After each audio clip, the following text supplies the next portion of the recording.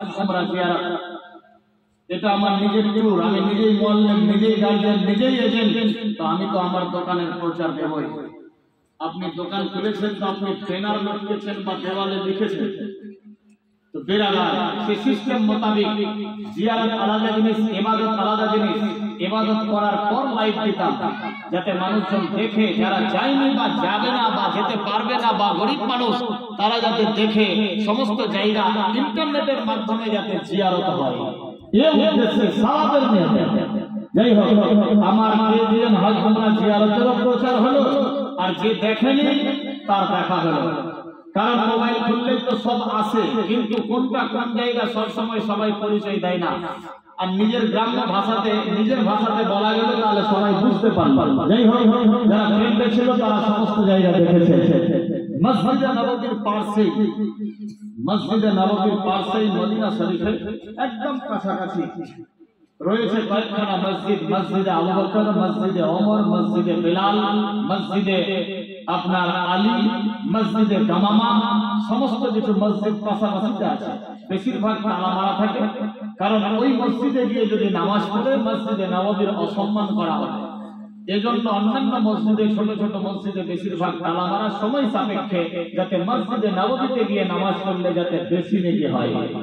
কেতাবে এসে তিনটা জায়গা সেজদা কবুলের জায়গা, তিনটা জায়গা দোয়া কবুলের জায়গা, তিনটা জায়গা নামাজ কবুলের জায়গা সফরের উদ্দেশ্যে। এক নম্বরে মক্কা শরীফের মসজিদুল হারাম, কাবা ঘর যেখানে আছে, মসজিদুল হারামে এক রাকাত যে নামাজ পড়বে, 1,00,000 রাকাত নামাজ পড়লে যতটা নেকি হবে, এক রাকাত নামাজ পড়লে ততটা নেকি হবে। সুবহানাল্লাহ। কোথায়? মক্কা শরীফের মসজিদুল হারামে। দ্বিতীয় নম্বর মদিনা শরীফের মসজিদ, মসজিদে নববী, এক রাকাত নামাজ পড়লে যতটা, কতটা নেকি? 70,000 রাকাত নামাজ পড়লে যতটা নেকি হবে, মসজিদে নববীতে এক রাকাত নামাজ পড়লে 70,000 রাকাতের সওয়াব বরাবর পাওয়া যাবে। সুবহানাল্লাহ। এজন্য অন্যান্য মসজিদে তালা মারা, লক্ষ লক্ষ টাকা খরচা করে হাজীগণ, মোতাবিরগণ, জায়েরিগণ, হুজ্জাতে কেরাম সবাই আসে, আর অন্যান্য মসজিদে গিয়ে নামাজ পড়বে, নেকি কম নেবে, 70,000 নেকি যাতে নেয় এক এক রাকাত। আচ্ছা, বুঝতে পারলেন? তাহলে মসজিদে নববীর সম্মানও করা হলো, তুহিন হলো না, ওখানেই ঘর ঘর জামাত হলো। 70,000 রাকাত নামাজ পড়লে যতটা নেকি, এক রাকাত নামাজ পড়লে ততটা নেকি মসজিদে নববীতে।